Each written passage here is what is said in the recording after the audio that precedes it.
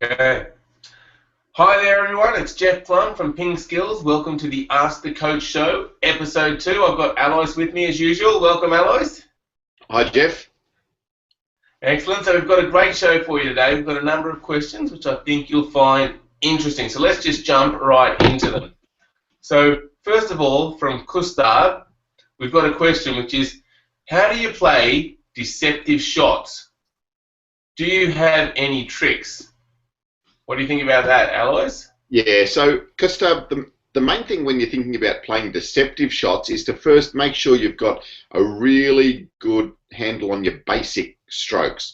So you have to be able to play your basic strokes well, because what the deceptive shots is doing is you're just making small variations to your basic stroke to make it more difficult for your opponent to tell what you're doing. So if you're doing some normal forehands, and then you want to add a bit of deception with the direction, then it's a matter of just changing the angle of your racket slightly to make it go to a different place. But you still need to have that basic stroke correct, so that then you can make those subtle changes to make it difficult and add the deception. You can do the same thing with your serve. So again, you have to have a good serve. You have to be able to generate good spin first and be able to control the ball to where you want it to go. And so then you're going to add little changes to the amount of spin or the type of spin that you're putting on the ball by subtle changes with your wrist or your action. And that is what's going to add the deception. So first up, really important to make sure the basics are right, so that then you can add some variation, which is the deception with your strokes and serves. Okay, there you go, Gustav. Some really good advice for you. So get the basics right, and then you can start to work on subtle deceptions, and hopefully you'll be tricking all your opponents. That's it. Okay, so moving on, Friendy has asked us quite a good question about service. So he's found a lot of information about getting spin on his serve, but his serve only has a little bit of spin on it. So he's tried to brush the ball finely, fast, and also making the contact point on the end of the racket, which is the fastest moving part of the bat, and he still can't get any spin. So do you have any tips for Friendy, Alois? Yeah. In a lot of cases, there's a couple of things. One is, first, make sure you check your racket. Make sure you check that it's got some good grip on the surface. If it hasn't got good grip on the surface, you're not going to be able to generate any spin. So that's number one. The second thing then is you might be feeling like you are getting good contacts and on the right spots. That's okay, that's good, but you just need to keep practicing them so that then you're getting more fluency with your action. The bat will actually start to come through a little bit faster again, and then you will start to get more spin. So do this away from the table if you're having problems getting that spin. Go away from the table, just get a piece of floor and just get the ball and try and spin it as much as you can on the floor. See what the ball's doing on the floor first. Once you can get it to move around, come back to you, turn corners, then it's time to go onto the table and try to generate spin with your serve as well. But first, you really have to get the feel of what it's like to get that spin on the ball. Otherwise, if you're not getting that contact right, then it makes it really difficult. So a really fine contact as you've been trying, a really fast contact as you've been trying, but add some fluency, go away from the table, see how that goes. Yeah, really good advice again. I think getting away from the table when you're just learning and trying to get a lot of spin is really important, because then you can really swing at the ball quite fast and you're not restricted by the length of the table. What do you think, Alois, about the idea of maybe just a quick video, even from your phone or something, of yourself watching yourself do that serve so you can get some feedback about how you're actually performing the serve? Yeah, that's a really good idea, Jeff. I mean, often what you feel is happening and the reality can be two completely different things. So if you can get just a video, and it doesn't have to be anything fancy, just if you've got a smartphone that can just take a couple of seconds of a video, just grab your phone, take some video or get someone to take some video of you actually doing the serve, and then you can actually see, oh, that's what my action looks like, that's what my contact looks like, that's where it is on my racket. So great advice, Jeff. Okay. All right, so now we've got a question about equipment and specifically about tables. Adam, he wants to know, what are the best but well-priced tables? Yeah, so the things that you need to look for in a table are mainly the thickness of the surface. So if you go to a sports store and the cheaper tables, the actual wood that makes up the surface of the table is quite thin. It's probably going to be about 12 millimeters. The better tables have got like 30 millimeter tops. So the thickness of the top is really crucial. You don't need to go for anything with 30 mils because they get really expensive. But something around the 15 to 20 mil range is usually good. Then as far as manufacturers, there's a whole lot of manufacturers that make really good tables, and all of them have got a range of tables as well. So usually price determines the quality of the table and the quality of the bounce in those tables.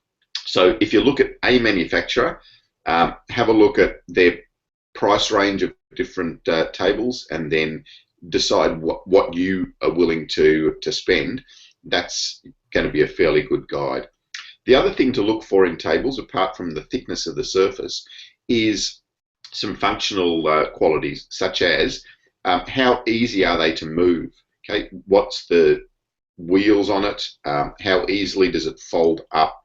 Especially if you have to take the table up and down a lot and put it away, that might be a crucial thing for you. The other thing is how compact they are when they're actually stored.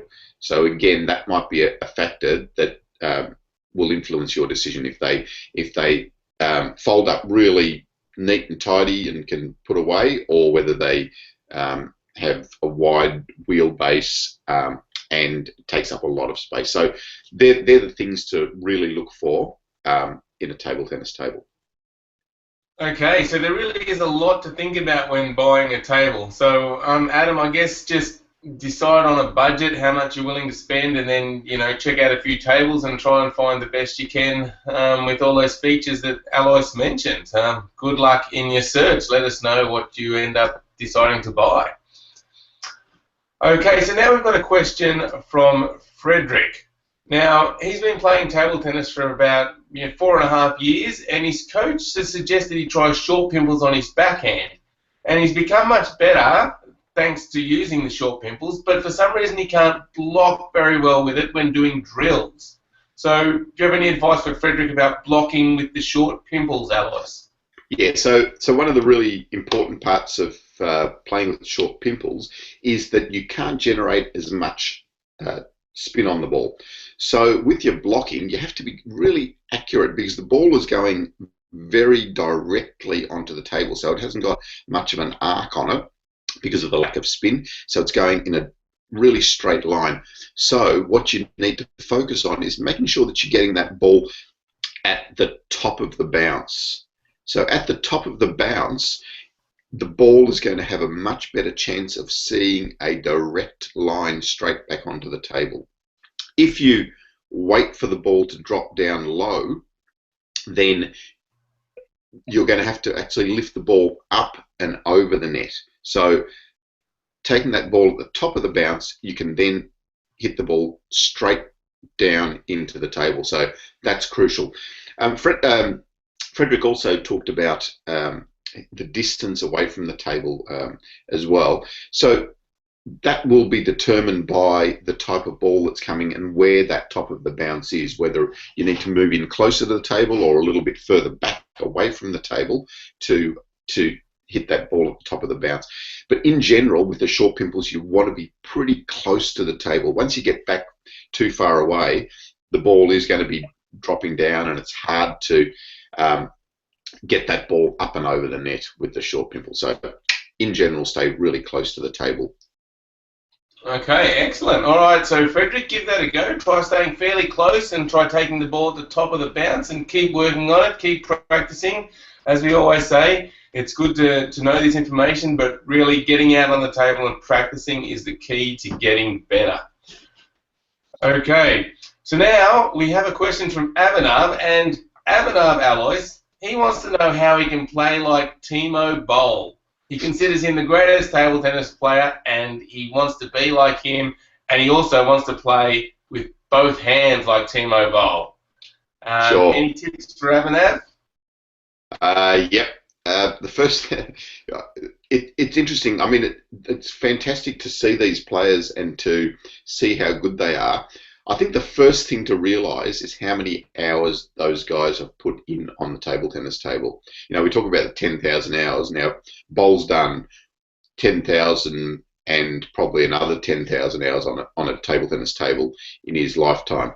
So the first thing, and the thing that we always stress at PingSkillers, is you just firstly have to get out on the table and do some good quality training. Now, Bowl has some really good, simple things with his game. His service is simple. He focuses so much on making that first topspin in the rally, using his forehand, and making sure that his placement's great. You know, his game is very, very simple, but so effective because it's simple and because he does those simple things so very, very well. So work on your serves, work on your footwork, work on your basic technique of playing your strokes and the consistency of that technique. And you'll start to improve, you'll start to get better. You know, to get to Bowl's level, wow, that takes a lot of hard work. But you know, we just need to keep working hard and trying to get there. So the other part of the question was about playing with both hands. Now, Bowl doesn't go out there and train for 2 hours with his right hand. So he goes out and trains and trains and trains, and the brain, I mean, develops understanding, and it starts to be able to do things well with the other side, just because it's becoming familiar with technique and strokes and things. So being able to play with your other hand, you can play with it a little bit and practice with it a little bit, but mainly train with your proper hand, of course, and that'll start to develop the connections, and you'll start to be able to do a few things with the other hand as well. Okay, great. So what are your thoughts, Alois, on watching some of the top players in general, just on YouTube and stuff, and how that is for a beginner or an intermediate player or even an advanced player? Is that something they should be doing, watching a lot of table tennis? Yeah, definitely. Seeing what the best players do and getting those images of good technique is really important. So that's what we try to provide at PingSkillers. We try to provide you with a good basic vision of what your stroke should look like. Watching the best players in the world helps with that as well, because you're then seeing it in a really practical situation, in a match situation, and you're seeing the best players doing their techniques correctly and well, and that just puts some really good images in your head. So yeah, watch lots of top table tennis, and it definitely will help you with your game. Excellent. Well, that wraps up another Ask the Coach show. This is episode 2. I hope you're liking the new format. If you've got any thoughts, just leave a comment. We'd love to hear from you about the show and how we can make it better. So until next time, enjoy your table tennis. Thanks, Alois. Thanks, Jeff.